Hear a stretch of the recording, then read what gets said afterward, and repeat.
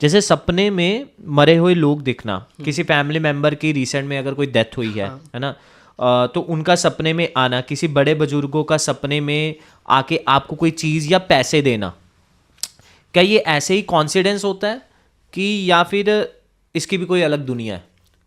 दोनों चीज़ें हो सकती हैं। मानो किसी की, आपकी फैमिली मेंबर की, आपके खास की डेथ हो जाए, हाँ। तो 24 घंटे हम उसी के बारे में सोचते रहते हैं उस टाइम पीरियड में। तो जो हम सोचते हैं हमें सपने में वही सपने दिखता में है। भाई ये सुना है मैंने भी। सुना है ना, यही दिखता है। तो इसका एक रीज़न तो ये हो सकता है। दूसरा रीज़न ये हो सकता है जो आपका पर्सनल बंदा या कोई फैमिली मेंबर मरा है, उसका आपसे लगाव हो, तो वो आपसे कांटेक्ट करने की कोशिश करता है। अगर आप आध्यात्मिक बंदे हो, जब आप ध्यान करने वाले, तो आपको दृष्टि से दिख जाएगा, या सामने मेरे जैसे लोग हैं तो आपने बात भी कर सकते हैं, वो वैसे कर लेंगे। लेकिन अगर आप आध्यात्मिकता से आपका कोई लेना देना नहीं है, तो वो ऐसी माइंड की स्थिति हमारी बनती है सोते टाइम, जब हम डीप स्लीप में होते हैं, उस टाइम पे वो हमसे कांटेक्ट करने की कोशिश करते हैं और हमको दिखते हैं। तो इसमें दोनों रीज़न हो सकते हैं। ये आपको डिसाइड करना है कि आप ज़्यादा सोच रहे हो इस वजह से दिख रहा है। अच्छा, जो पैसे वाला कहा, ये कहा गया है कि अगर सपने में आपको कोई पैसे दे या सिक्के दे, तो वो अशुभ माना जाता है।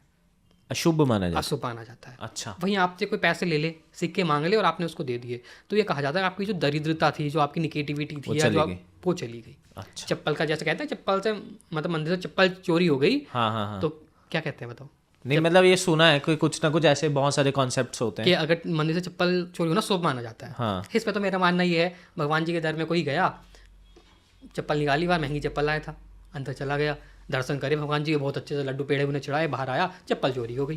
अब भागा गया पंडित जी के पास, पुजारी के, पुजारी जी मैं तो मंदिर में भगवान जी की सेवा करना था, मेरी चप्पल चोरी हो गई। तो पंडित जी क्या कहेंगे? सीधे से ये तो कहेंगे, भाई तू बहुत बड़ा सौभाग्यशाली है, तेरी चप्पल चोरी हो गई। तेरी चप्पल चोरी होने का मतलब समझता है तू, तेरे सारे बुरे काम चोरी हो गए, अब तो हो गया। तो किसी ने कह दी होगी मजे मजे में, तो ये बात प्रचलन में आ गई।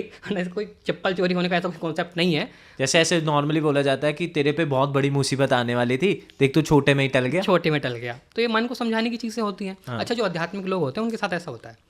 मैंने बताया अभी थोड़ी देर पहले, मैं जिक्र कर रहा था कि फ्यूचर 100% फिक्स नहीं होता है, कर्मों के अकॉर्डिंग बदलता रहता है। मानो आपका एक्सीडेंट होना लिखा है, सर में फूटना लिखा है, सर में ब्लड निकलेगा, आपने कुछ ऐसे कर्म करे कि किसी की दुआ आपको लग गई, या आपके इष्ट की आपको कृपा मिल गई, है ना, तो जो चोट लगनी थी, ज़्यादा खुलनी थी, ब्लड निकलना था, वो हल्का सा दीवार में सर लगेगा, थोड़ा सा फूलेगा वो, बस उसमें टल जाएगी। ये होता है। और सपनों का पूरा एक अलग कॉन्सेप्ट है, इसके बारे में मुझे ज़्यादा नॉलेज नहीं है। सपनों में दांत का टूटना, सपने जो चीज़ें दिखने हैं, उसका एक अलग ही विज्ञान है, उसको सपने विज्ञान कहा गया है। शास्त्रों में एक पूरा ग्रंथ है इसके ऊपर, तो उसके बारे में इतनी कोई खास नॉलेज मुझे नहीं है, जितनी थी वो मैंने आपको बता दी। ये वीडियो तो आपको अच्छा लगा ही होगा, लेकिन इससे भी ज्यादा मजेदार और वैल्यूएबल कंटेंट हमारे मेन चैनल बात कुछ और है पे है। अगर आप चाहते हैं कि आप पूरा कंटेंट देखना चाहते हैं, go there and watch the full podcast and subscribe करना मत भूलिएगा। एंजॉय।